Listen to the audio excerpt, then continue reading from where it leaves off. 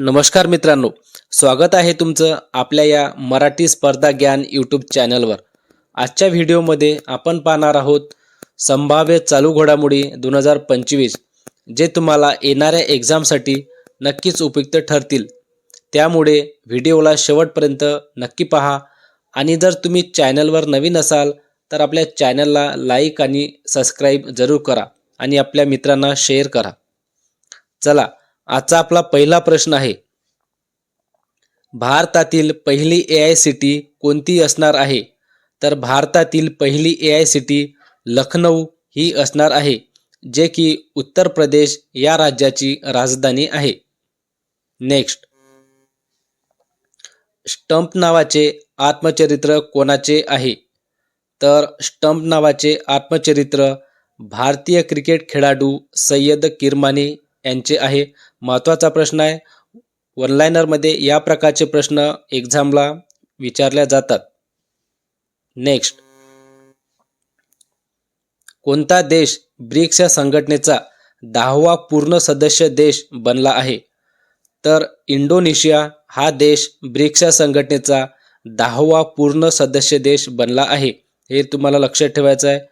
तसेच ब्रिक्स या संघटनेचे हेडक्वार्टर शांघाई चीन येथे आहे आणि 2025 ची ब्रिक्स या संघटनेची परिषद ब्राझील येथे होणार आहे, हे सुद्धा तुम्हाला परीक्षेच्या दृष्टीने लक्षात ठेवायचं आहे।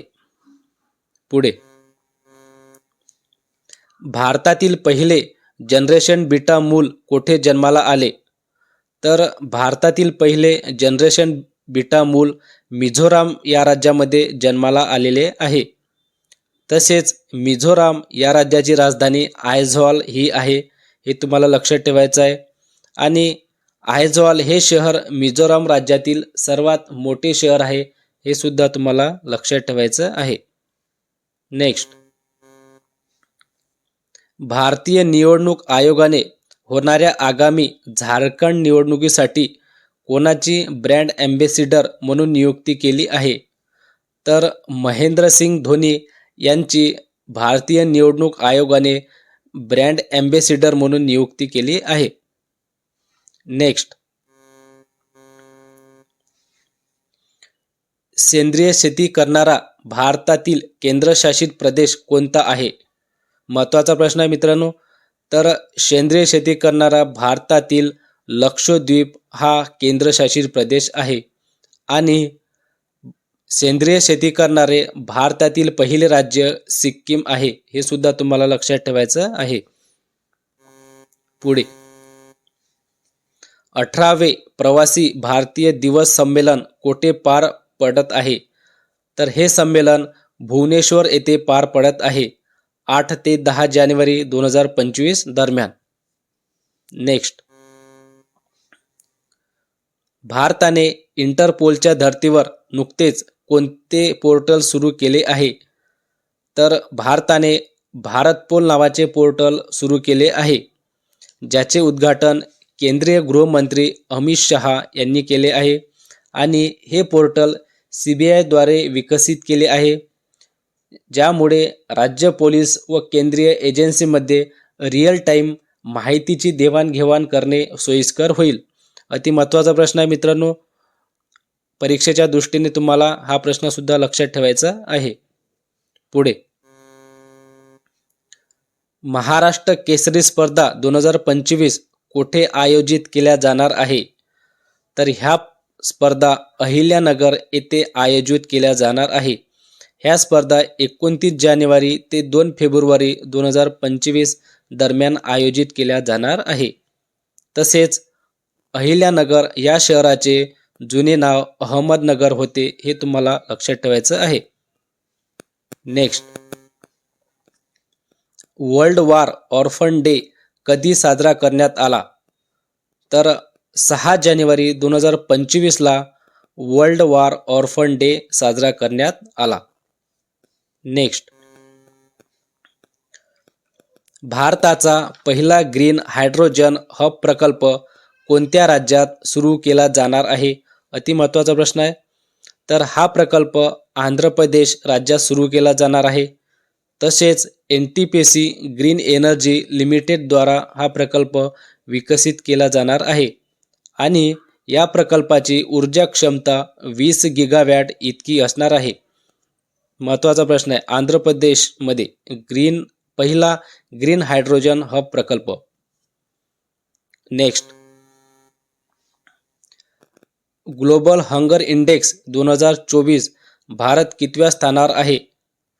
तर भारत 105व्या स्थानावर आहे 127 देशांमधून.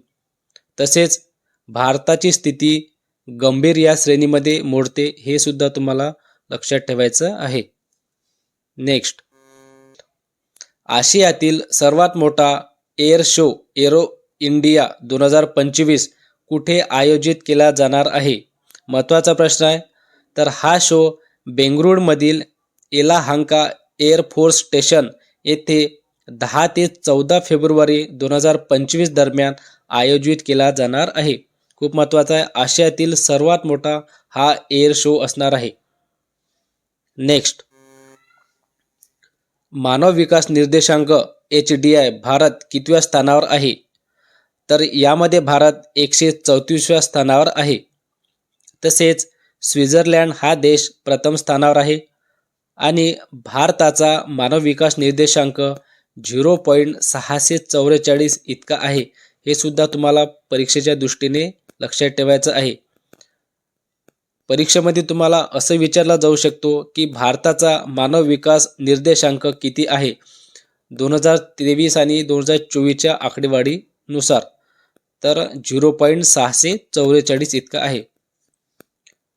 तसेच मानव विकास निर्देशांक हा आकडा जगातील देशांचे विकसित, विकसनशील, अविकसित असे वर्गीकरण करण्यासाठी वापरला जातो. हे सुद्धा तुम्हाला परीक्षेच्या दृष्टीने लक्षात ठेवायचं आहे. नेक्स्ट, आणि आजचा आपला शेवटचा प्रश्न आहे, वर्ष 2024चा बुकर पुरस्कार कोणाला प्रदान करण्यात आला? तर हा पुरस्कार सामंथा हार्वे ब्रिटेन या महिलेला प्रदान करण्यात आला. हा पुरस्कार इंग्रजी भाषेतील साहित्यांमधील उत्कृष्टतेसाठी दिला जातो आणि या पुरस्काराची राशी 50,000 पाऊंड इतकी आहे, म्हणजे 51 लाख रुपये. तसेच हा पुरस्कार 1969 पासून दिला जातो. हे सुद्धा तुम्हाला परीक्षेच्या दृष्टीने लक्षात ठेवायचं आहे. तर हे होते आजचे आपले चालू घडामोडी 2025 या विषयाचे महत्त्वाचे प्रश्न, जे तुम्हाला येणाऱ्या सर्वच एक्झामसाठी नक्कीच उपयुक्त ठरतील. मित्रहो, जर तुम्हाला आजचा व्हिडिओ आवडला असेल तर लाईक, कमेंट आणि सबस्क्राईब करा, जेणेकरून तुम्हाला आमचे प्रत्येक व्हिडिओ पाहायला मिळतील. तर भेटूया पुन्हा अशाच एका नवीन माहितीपूर्ण व्हिडिओसह. तोपर्यंत शिकत रहा आणि प्रगती करत रहा. धन्यवाद.